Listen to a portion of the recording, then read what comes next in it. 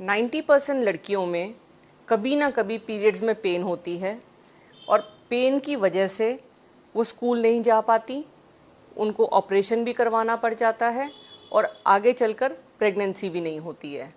आज मैं आपको इसी कंडीशन के बारे में, जिसको हम मेंस्ट्रुअल पेन या पेनफुल क्रैम्प्स बोलते हैं, जो कि सेकेंडरी डिस्मेनोरिया बोलते हैं जिसको, उसके मैं आपको कारण बताऊंगी और फिर मैं उनके आपको इलाज बताऊंगी, ताकि आप आगे चल के ऑपरेशन से, कैंसर से, इन सब बीमारियों से बच सकें। 16% टू 91% लेडीज़ में जो दर्द होती है, कई बार हल्की होती है, सीवियर नहीं होती है, वो नेचुरल है, नॉर्मल है। वो जब भी अंडेदानी में से अंडा निकलता है तो वो पेन होती है। वो पेन एक सिंपल पेन किलर से ठीक हो जाती है। वो यूजुअली लड़कियों को माहवारी शुरू होने के 6 महीने से 2 साल के बाद होती है और उसमें इतना सीवियर नहीं होता कि उसको उल्टियाँ लग जाएं या उसको टट्टियाँ लग जाएं या उसको स्कूल से छुट्टी लेनी पड़े। अगर इसके बियॉन्ड दर्द होती है, मतलब इसके बाद पेशेंट को अगर दर्द होने लगती है जिसमें सपोज वो नॉर्मल रही और उसके साल बाद उसको पेन होने लग गई, उसका कारण अगर हम ढूंढते हैं और कारण मिलता है तो उसको हम सेकेंडरी डिस्मेनोरिया बोलते हैं। कारण कहीं पे भी हो सकता है, बच्चेदानी में हो सकता है या बच्चेदानी के बाहर जो आसपास जगह है वहाँ पे हो सकता है। तो सबसे कॉमन जो कारण है जिसमें सर्जरी की वजह से, जिसके लिए सर्जरी लोगों को, जिसको बोलते हैं ना कि उनको गांठें हो जाती हैं और उसकी गांठों का ऑपरेशन यूजुअली शादी होने से पहले करवा दिया जाता है, उस कंडीशन को हम बोलते हैं एंडोमेट्रोसिस।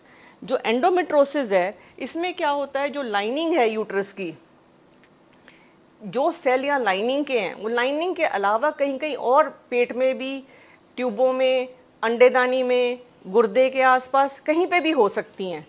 जहाँ जो माहवारी के अंदर ये खून बनता है वो माहवारी में तो बाहर निकल जाता है, लेकिन जो ये सेल्स जो अंदर पड़े हैं, इनमें जो खून बनता है वो कहीं बाहर नहीं जा सकता, वो वहीं पे इकट्ठा होता है।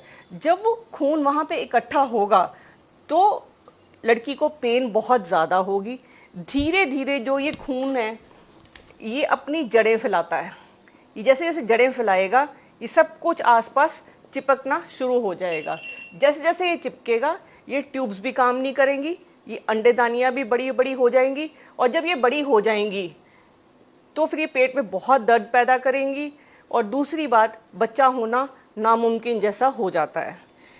इस कंडीशन में इस कंडीशन में ये देखिए, ये बड़ी बड़ी रसौलियाँ बन गई हैं इस लेडी की, प्रेगनेंसी नहीं है।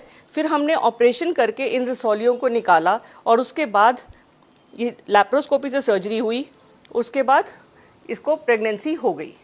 इसके बाद अगला कारण जो हमारा होता है जिसमें दर्द होती है वो है फाइब्रॉइड। फाइब्रॉइड ऑलमोस्ट हर लेडी को होता है, अप्रॉक्सीमेटली 90% चांसेस हैं कि लेडी को फाइब्रॉइड होंगे। लेकिन अगर वो फाइब्रॉइड ऐसी लोकेशन में है, सपोज वो यहाँ पे है, जो अंदर कैविटी की तरफ जा रहा है या बड़ा है, तो वो पेन पैदा करता है। जब वो पेन पैदा करेगा तो लेडी को जब पीरियड्स आएंगे तब पेन बहुत ज़्यादा होती है। जैसे हम दिखा रहे हैं, फाइब्रॉइड कहीं कहीं पे जहाँ पड़ा है, एक तो ये रास्ता बंद करेगा, जो रास्ता बंद करेगा यहाँ से जो रास्ता है वो बच्चा होने नहीं देगा, दूसरा पेन पैदा करेगा। एक पेशेंट का हम आपको वीडियो दिखा रहे हैं जिसके ये उसके बच्चेदानी के अंदर एक फाइब्रॉइड है जिसको हमने दूरबीन द्वारा निकाला है।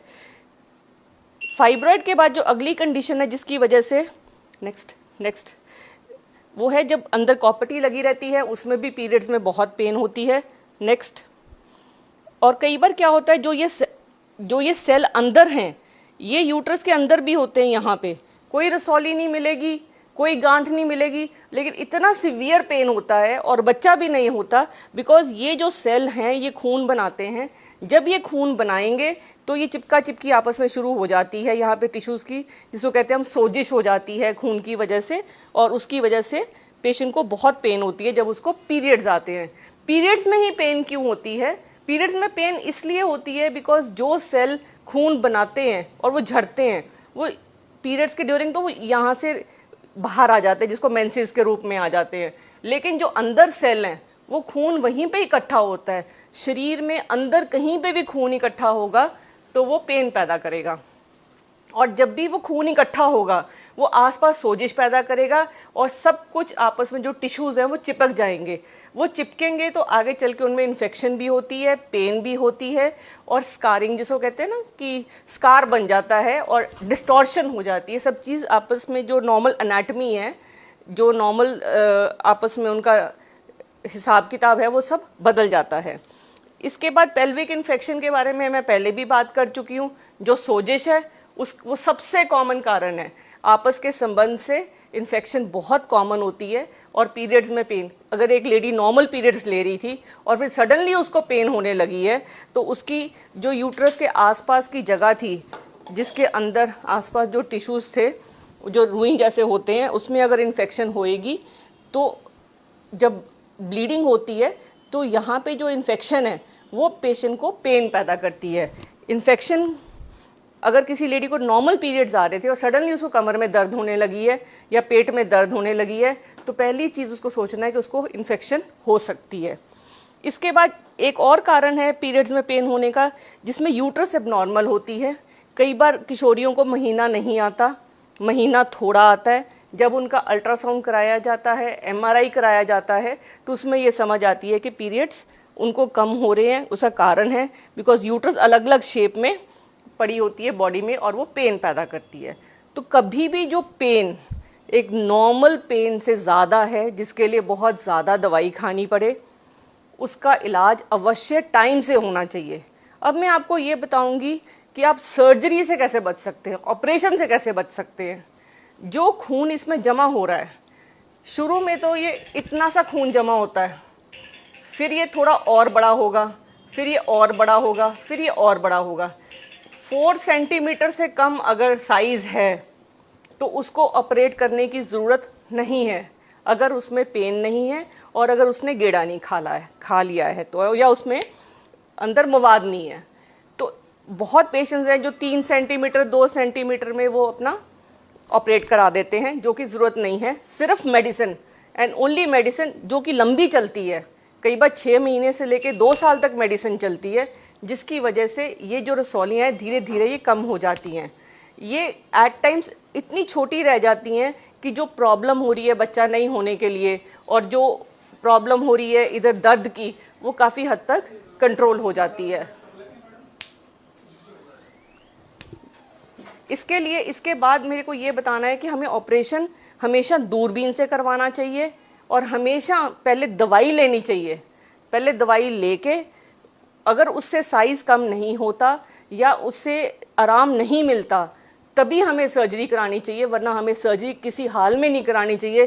बिकॉज कई बार क्या होता है, इस रसौली को अकेला निकालना चाहिए क्योंकि जो इसके आसपास का टिश्यू है उसमें अंडा बनाने की क्षमता होती है।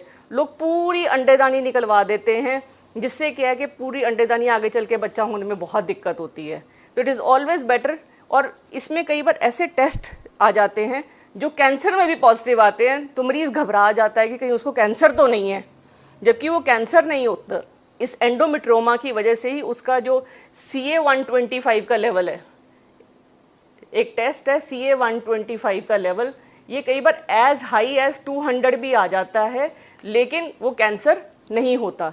बिकॉज यंगर एज में ये लेवल अगर इस लेवल पे है, कई बार ये सिर्फ एंडोमेट्रोसिस होता है, कैंसर नहीं होता। तो इसलिए बहुत ज़रूरी है कि हम जब भी अपनी कोई भी ऑपरेशन जो अंडेदानी का हो या बच्चेदानी का हो और वो शादी से पहले करवाने की सोचें, तो एक अच्छी गायनेकोलॉजिस्ट से सलाह लेके उसके बाद ही सर्जरी करवाएं, वरना सर्जरी नहीं करानी चाहिए। बिकॉज आगे चल के जो फ्यूचर उनकी बच्चा पैदा करने की क्षमता है वो कम हो जाती है या मुश्किल हो जाती है।